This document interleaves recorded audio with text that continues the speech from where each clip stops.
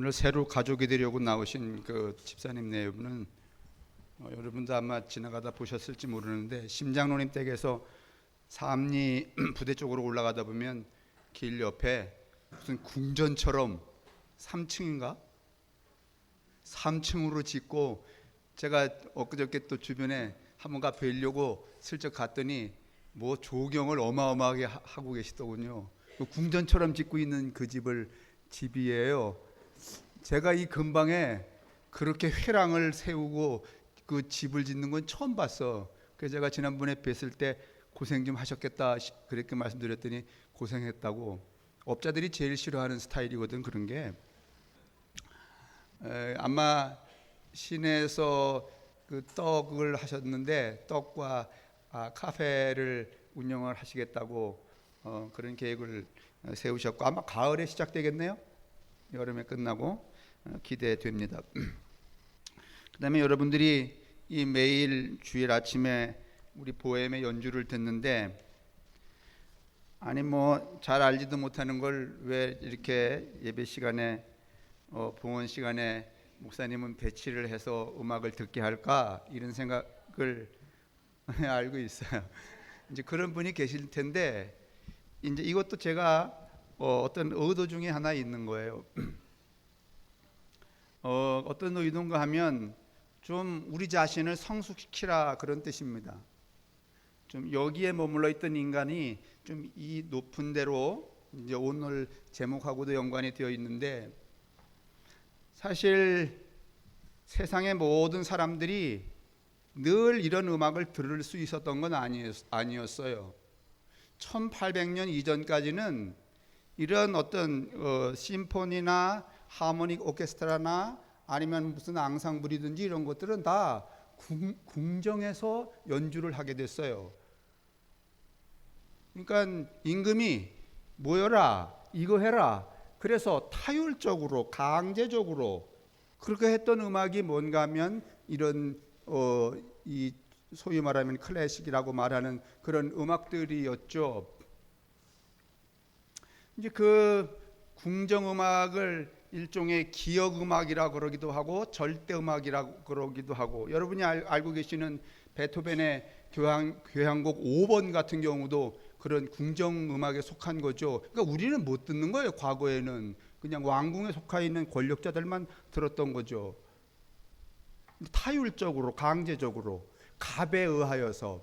그런데 이제 1824년에 어떤 반동이 그것에 따르는 반동이 일어나는가 하면 아니 왜 음악을 저 좋은 음악을 너들만 듣냐.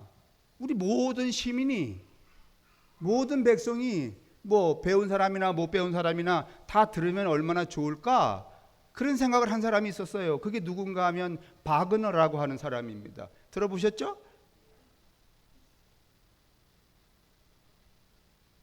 모차르트나 아니면 베토벤, 멘델스존, 브람스 이런 사람들은 다 이 고전파 궁중음악가들에 해당하는 거고 왜 우리가 그렇게 남이 시키는 대로 내가 원하지도 않는 것을 그렇게 음악을 해야 되지? 그 반동을 일으킨 사람이 누군가 하면 바그너, 그다음에 페렌츠 리스트라고 하는 그런 당대 피아니스트 수연이 아나? 리스트. 이제 그런 사람들이 이 반동을 일으켜서 궁정음악 이제는 싫다. 너들이 시키는 대로 하지 않겠다. 우리가 하고 싶은 것을 하고 싶은 때에 하고 싶은 사람들에게 자율적으로 개인의 선택에 의하여서 음악을 하겠다. 이렇게 해서 세상 바깥으로 나온 게 오늘 여기까지 온 거예요. 무슨 얘기인지 아시겠어? 그게 이제 어떤 양태로 등장하는가 하면 여러분 아실지 몰라요. 빈 필하모닉 그러잖아요. 뉴욕 필하모닉. 그 전까지는 필하모닉이 아니라 곧 하모닉이었어요. 궁정 하모닉 오케스트라였어요. 근데요, 이 바그너 그다음에 이 리스트 이런 사람들이 등장하면서 빈 필이 나온 거예요. PHIL 애호하다. 자유로운 개인들이 스스로 선택해서 그러니까 애호하다는 동호회야. 동호회는 누가 시킨 거야? 아니면 좋아하는 사람들끼리 모인 거야. 그게 필 하모닉이에요. 그래서 그때 이름 붙인 게 뭔가 하면 빈 필 뉴욕 필이야. 여러분 필 하모닉 오케스트라가 연주했습니다. 그러니까 그 필이라는 게 그 오케스트라의 이름인 줄 알지만은 필은 그런 뜻입니다. 애호하는 사람들, 궁정음악에 뭔가면은 저항하면서 뛰쳐나와서 우리는 내가 내 음악을 내가 좋아하는 것들을 우리가 좋아하는 사람끼리 연주하겠다. 그래서 모인 게 그게 필 하모닉이에요. 그게 빈에서 시작한 거예요. 1824년에. 그러니까 여러분 같은 음악을 연주해도 그 인간이 음악을 이해하는 음악을 퍼뜨리는 그 수준이 한 단계 쑥 달라졌어요, 안 달라졌어요? 달라졌죠. 오늘 만약에 계속해서 이것을 이제 클래식은 궁정에서만 하는 것이고 권력자들만 듣는 것이다. 그러면 우리는 여기서 맨날 꽹과리, 장구, 북 이런 것만 들었어야 될 거야. 쨍쨍쨍쨍쨍쨍 이런 거.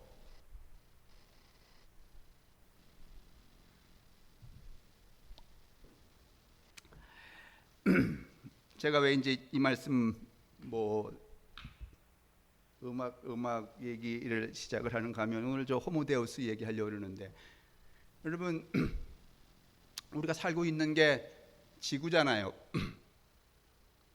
지구는 이 수많은 하늘에 떠 있는 별들 중에 태양계의 중심에서 모여 있는 별 중에 하나죠. 달로부터는 우리가 이번에 보니까 상현달입니다. 그 달로부터는 지구가 38만 킬로 바깥에 떨어져 있고 태양으로부터는 1억 5천만 킬로미터에 떨어져 있고 그 태양을 중심으로 해서 수금지와 목토, 천해. 장군사님 명을 뺐나요? 계속 하나요? 뺐어요? 네, 하여간 그래서 이게 일종의 태양계라고 그러죠. 여러 개 수금지와 목토, 천해명 태양을 중심으로 해서 있는 이 작은 뭔가면 행성 안에 우리가 살고 있는 거죠. 이런 행성이 수천 개 모여 있는 그걸 뭐라고 말하는가 하면 은하계라고 그러죠. 태양계는 은하계의 중심으로부터 3만 광년 떨어져 있죠. 은하계의 직경은 10만 광년이고 반직경은 5만 광년이죠. 이런 은하계가 또 얼마나 있는가 하면 수천억 개가 이게 지금 우리를 둘러싸고 있는 이 세상 속에 있죠. 이걸 뭐라고 말하는가 하면 우주다 이렇게 말하죠. 좀 아찔하신가요? 아찔은 안 하실 거야. 얼마나 튼튼하게 그저 말뚝박고 사셨는데 아찔하겠어요, 이렇게 말씀을 드려도.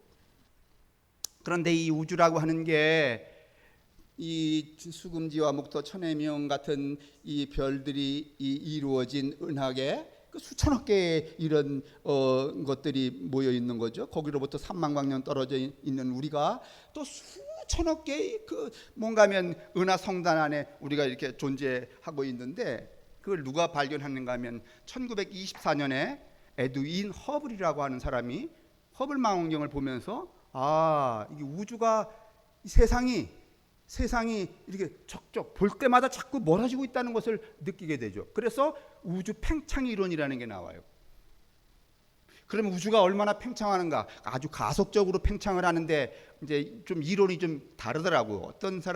어떤 이론가들은 초당 1초에 우주가 바깥으로 이렇게 쭉쭉쭉 풍선처럼 퍼지는데 50km에서 60km 퍼진다는 사람이 있고 어떤 사람은 100km 퍼진다는 사람이 있어요.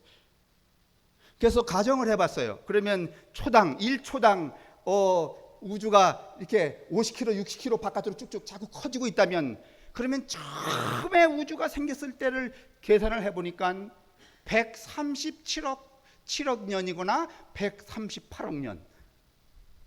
만약에 이것을 또 1초당 100km씩 이렇게 확장이 되고 있다면 지금 이 우주의 나이는 대략 얼마인가 하면 200억 년 뒤였을 것이다.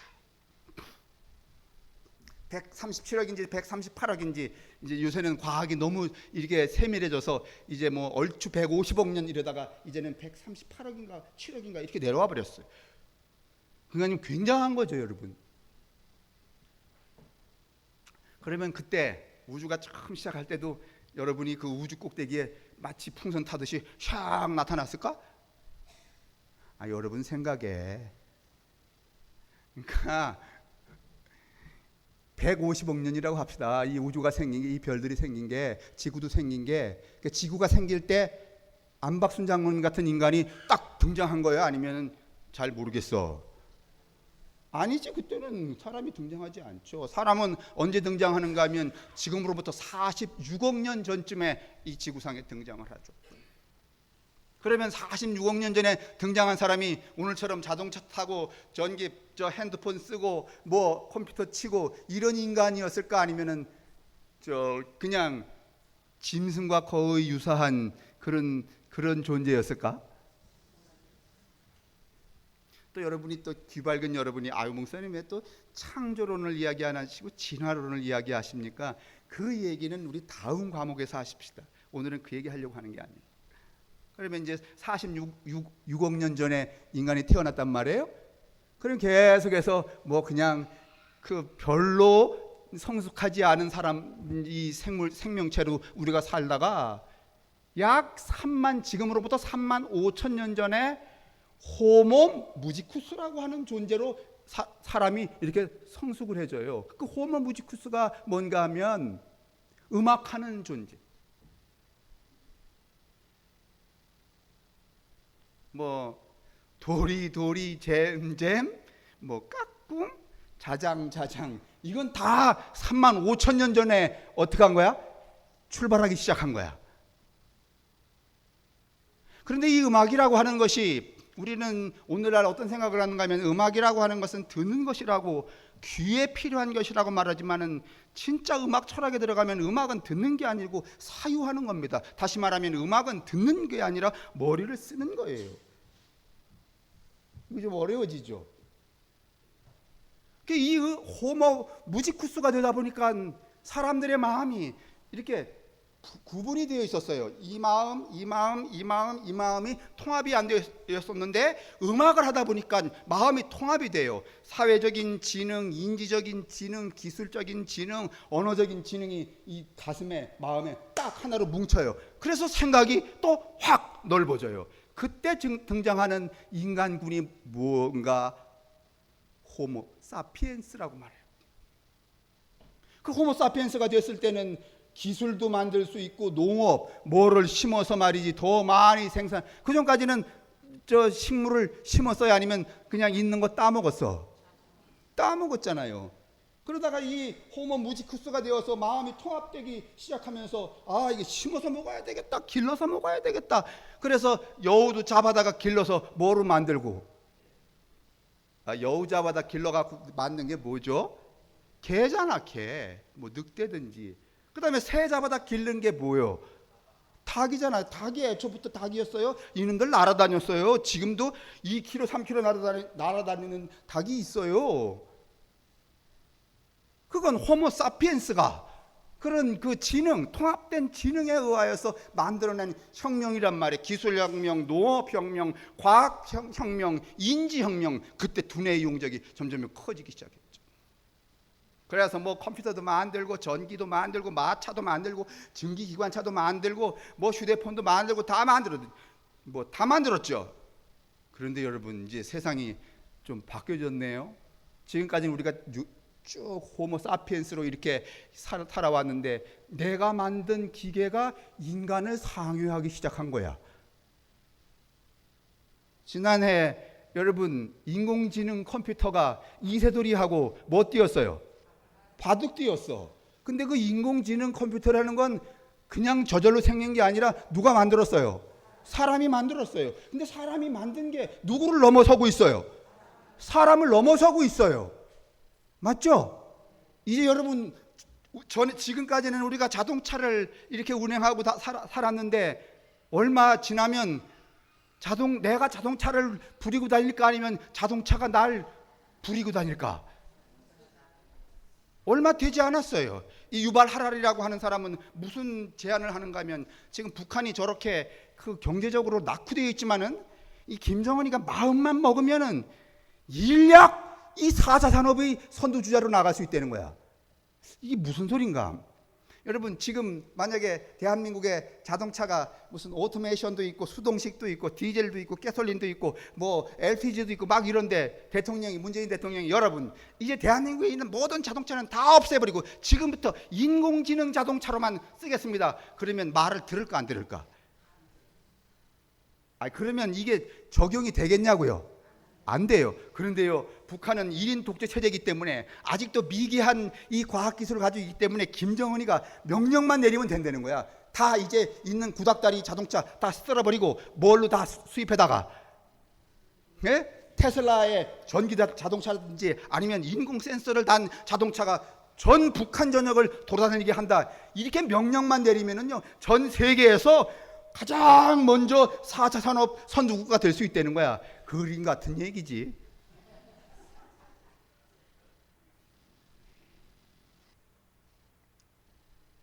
보세요. 46억 년 전에는 인간은 그냥 그랬어요.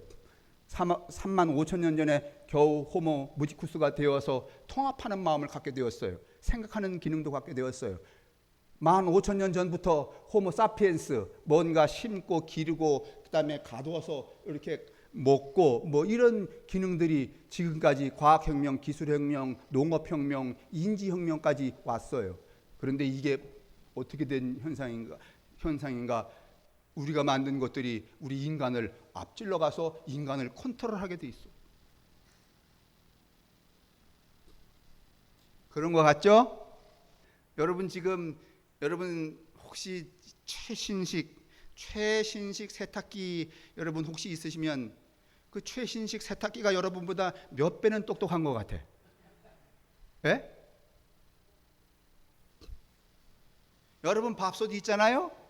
그거 정말 똑똑한 것 같지 않아요? 뭐 말로 알려주고 말이지, 뭐 고구마 찐다고 말해주고, 뭐 떡 굽는다고 말해주고. 이건 세 발의 피잖아요. 점점 이제 인간은 할 일이 없어지는 거예요. 또 오늘 우리로 하여금 두려움을 갖게 하는 것은 또 있는데, 그게 무엇이냐 하면 이 인공지능이 점점 인간의 지능을 상회하거나 대등한 상태로 진화하고 있다는 사실이에요. 그러면 여러분 저를 보세요. 그러면 우리 인간은 어떻게 해야 되나요? 어쩌란 말이냐, 이 사태를.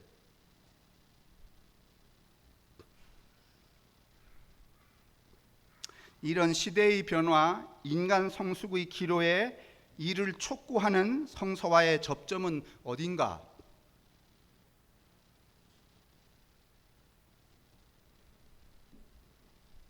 그 접점을 저는 오늘 이 로마서 7장 마지막 절 바울의 고백, 나는 이게 좋은 거라서 하고 싶은데 내가 마음에 원하는 대로 하지 못하고 마음에 없는 나쁜 짓을 하게 된다. 나는 곤고한 사람이다. 나는 갈등하는 존재다.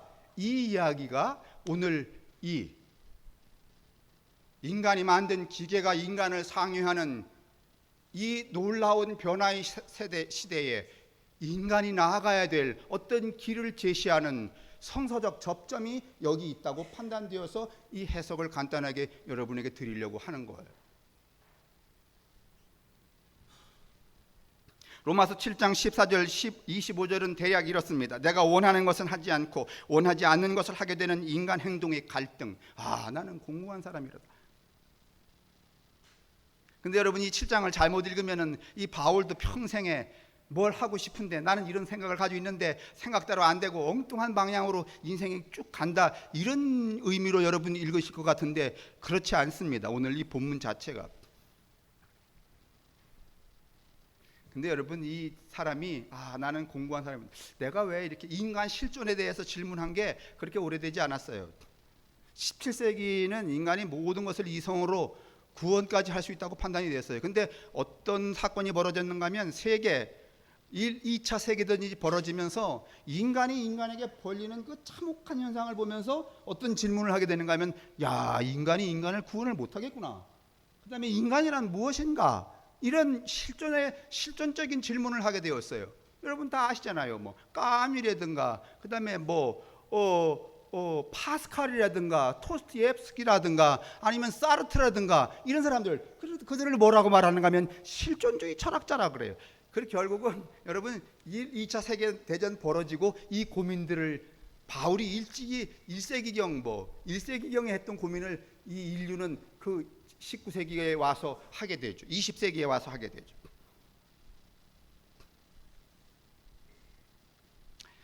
그런데 여러분, 법 있잖아요. 법이 왜 만들어지는 거죠?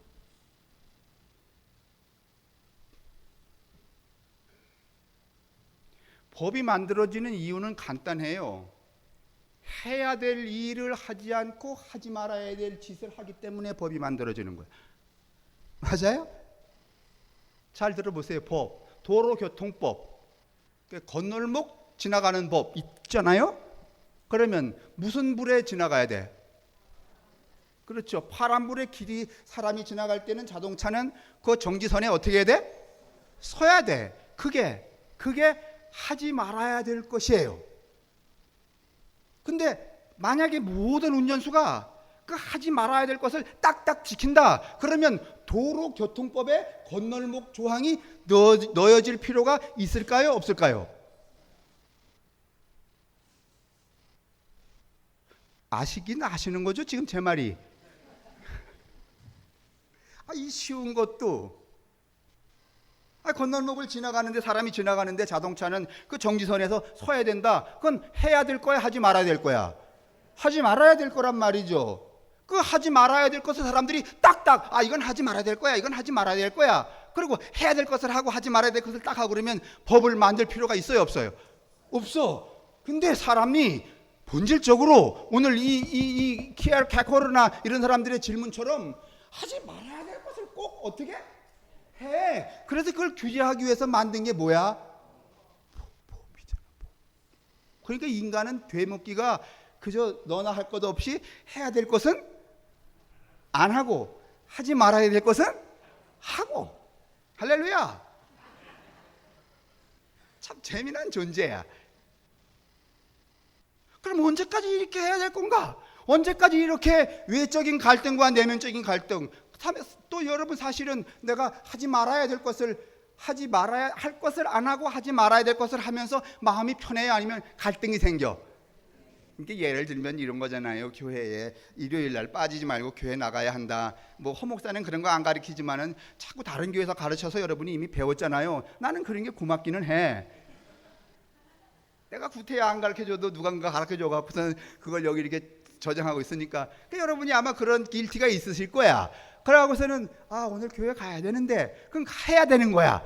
그런데 마침 친구가 왔는데 아니면 뭐 오기 싫다든가 비가 오려고 그러는데 날씨가 찌부둥하다는데 그래서 안 해. 그러면 속이 시원합니까? 아니면 찝찝합니까? 그게 고민과 갈등이잖아요. 언제까지 이렇게 살 거냐 말이에요. 이게 바울의 이야기예요. 결국은 인간이 조금 더 나은 인간으로 이렇게 점프를 하려면 바로 그 문제, 그 갈등의 문제, 해야 될 것을 하지 않고 하지 말아야 될 것을 하면서 늘 내면의 갈등과 고민과 번민으로 이중적인 겹을 쓰고 살아가는 나를 벗고 하나의 존재로 쑥 나아갈 때 여러분, 인간이 커지는 거죠. 맞죠?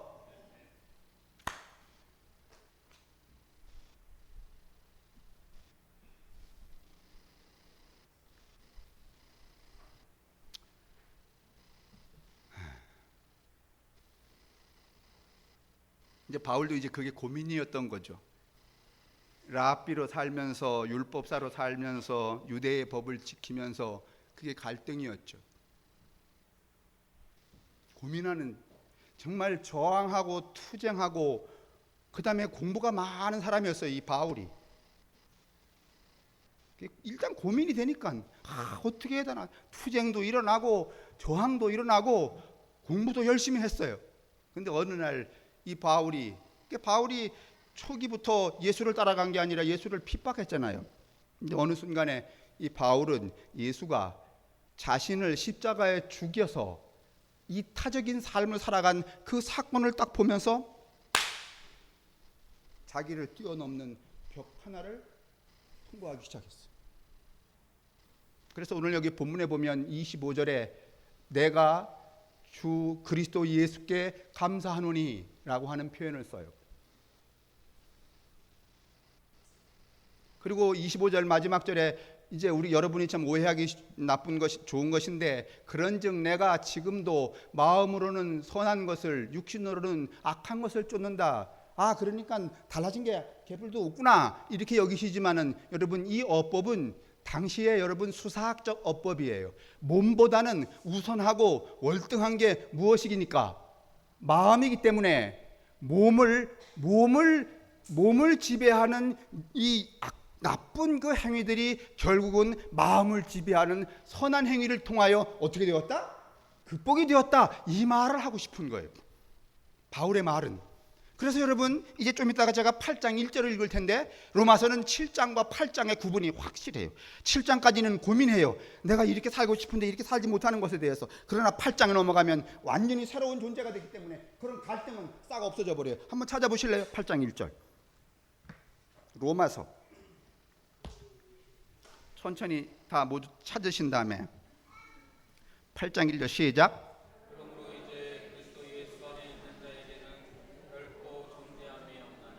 2절.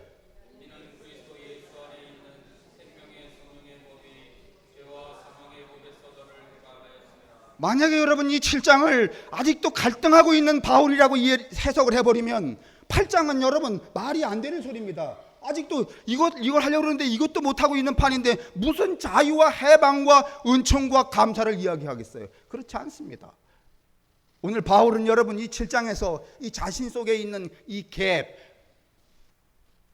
인간 내면에 언제나 어디서나 어느 시대에서나 이 호모 사피엔스 안에 내재되어 있는 유전자 같은 이것, 좋은 것을 하지 않고 좋지 않은 것을 원하지 않는 것을 하게 되는 이 나쁜 관성을 파쇄하고 새로운 존재로 나아가게 되거든요. 그 이후에 바울은 뭐라고 말하는가 하면, 이제는 내가 사는 게 아니라 내 안에 누가 산다고? 그리스도가 산다고 말해요. 제가 오늘 드리려고 하는 이 시대의 접점은 바로 이거예요.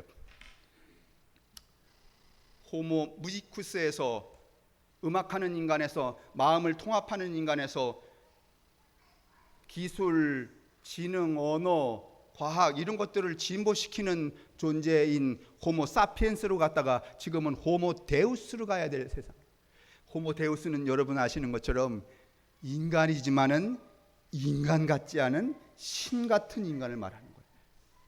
신이 되는 인간이 아니라 신 같은 인간. 다시 말하면 우리 속에 있는 이 내재된 갈등과 불균형의 자기 존재를 어떻게 하고 극복하고, 무슨 말인가 하면, 아, 나 오늘 교회 가야 되는데, 아, 그래도 뭐 이런저런 일이 있으니까 난 못 가지.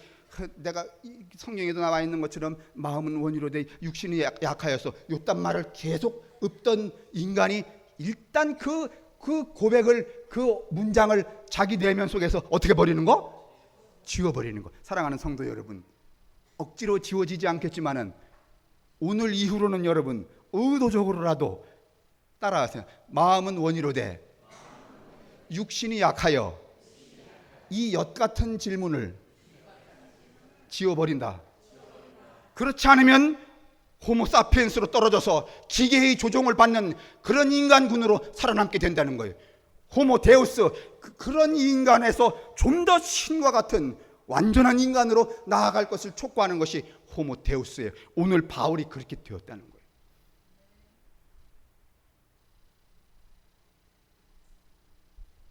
누구를 통하여서?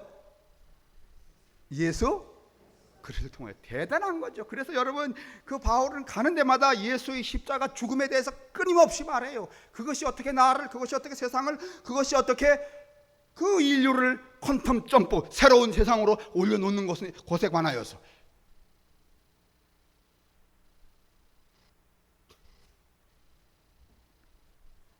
여러분 보세요. 그러면 좀 더 쉽게 제가 결어처럼 말씀을 드리겠어요.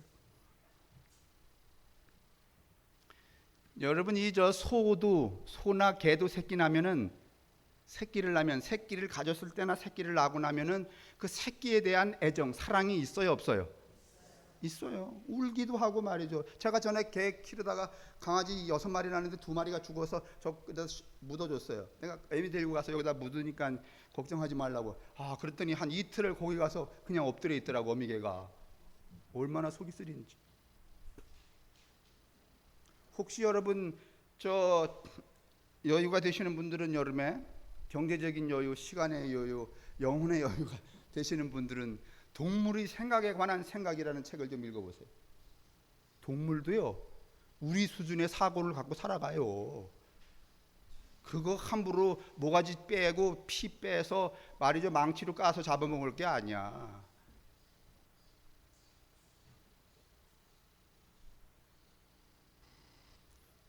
오늘은 좀 고기 맛이 떨어지시겠네. 그런데 여러분, 이 동물도 가만히 보면은 그냥 하게 되는 사랑이 있어요. 새끼 낳아갖고 빨아주고 누가 채갈 날이면 아 하고. 이건 사람만 그러는 게 아니에요. 뭐도 그래요. 짐승도 그래요. 그건 그냥 하게 되는 사랑이에요. 근데 이 짐승하고 인간이 좀 구분이 되는 것은, 하게 되는 사랑을 짐승도 있고 인간도 있어요. 근데 인간이 또 하나 가진 건 뭔가 하면, 해야 할 사랑이 또 하나 있는 거야. 다시 말하면 어머니 아버지에게 내가 사랑을 베풀어야지. 이건 개나 돼지에게는 없고요. 누구에게만 있는 거예요? 사람에게만 있잖아요. 맞아요? 아니에요? 뭐 개 돼지도 말이지 우리 어머니예요. 안녕하세요. 뭐 이래요? 치. 그냥 하게 되는 사랑이 있고 해야 할 사랑이 있죠. 그런데요, 여기까지는 지금 호모사피엔스가 여러분 가지고 있는 사랑의 개념이에요. 근데 호모데우스가 되려면 어떻게 사랑해야 되는가 하면, 따라하세요. 하게 될 사랑을 스스로 하는 사랑. 여러분, 부모님 이게 공경하고 그러는 거 스스로 해요? 아니면 조금은 반강제적이야? 예? 자발적으로 말이지, 뭐 그냥 그 극진함이, 이웃을 사랑하는 거 뭐 극진함이 나와서 하는 거야? 아니면 좀 눈치도 보고 뭐 이래서. 뭐 여러분에게 제가 뭘 이야기할 때 이 교회 나오고 헌금하고 그런 거 아주 정말 여러분 스스로가 해야 될 사랑이고, 그리고 그 해야 될 사랑을 내 스스로, 무슨 목사 눈치 보지도 않고 교리적인 눈치 보지도 않고 이것 해야만 천국 간다는 무슨 그런 압박을 받지도 않고 정말 출렁거리는 마음으로 그냥 자율에 의하여서 그냥 하는 거야? 아니면 죽지 못해 하는 거야?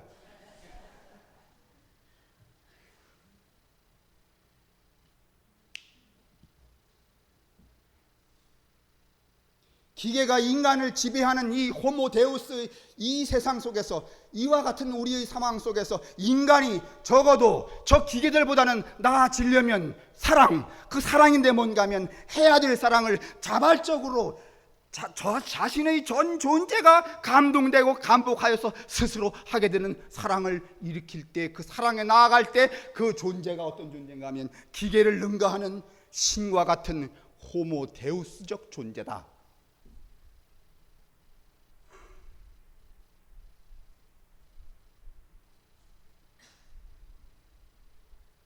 그러니까 여러분, 그러려면은 그냥 저절로 돼요? 아니면은 공부해야 돼요? 따라하세요. 공부하고 투쟁하고 행동하라.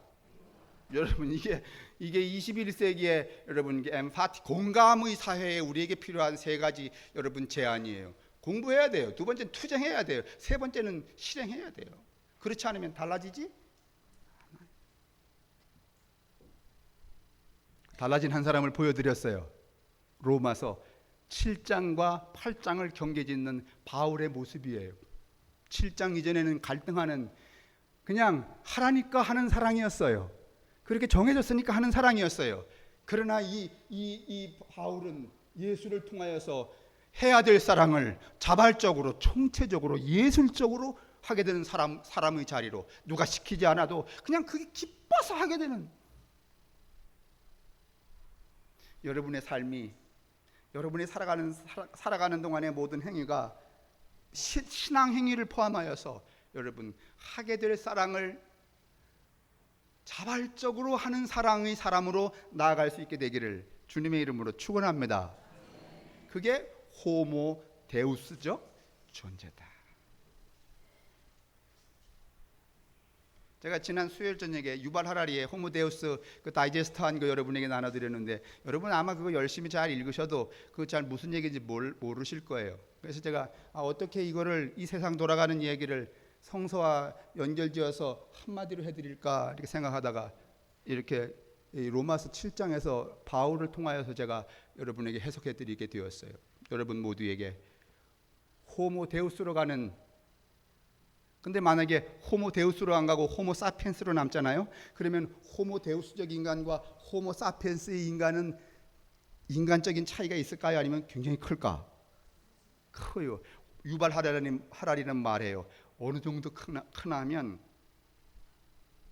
네안데르탈인과 호모사피엔스 인간과의 차이만큼 크다.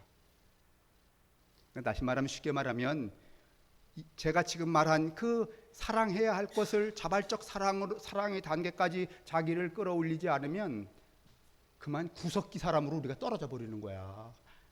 자동차 타고 다니는 어디 사람?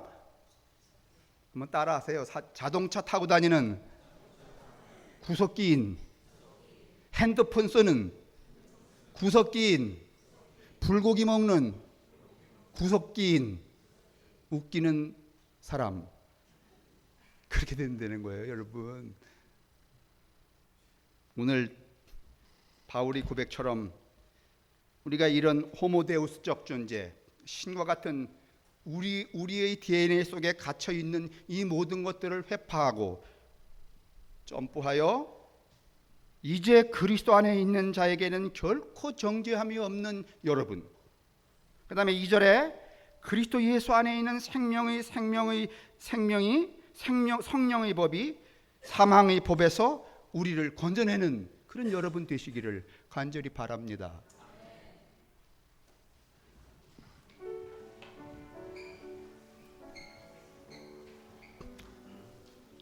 우리를 예수 믿는 구석기인으로 머무르지 말게 하시고 예수와 거의 근접한, 예수를 거의 닮은 예수의 사람들로 거듭나도록 축복하여 주옵소서.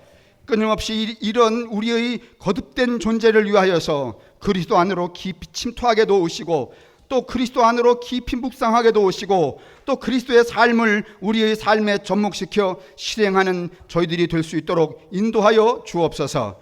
성부와 성자와 성령의 인도하심이 우리에게와 우리의 삶과 우리의 미래 가운데 우리의 가족들과 또 우리의 이웃들 위해 언제나 함께 하시기를 간절히 축원합니다. 아멘.